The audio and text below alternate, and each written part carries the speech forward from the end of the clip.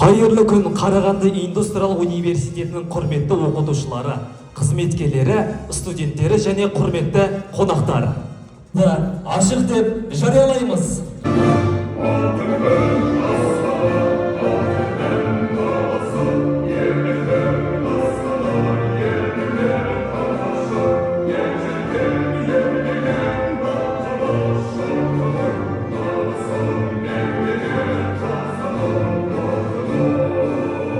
Профессор Абдрасилов Болат Серпаевич береді.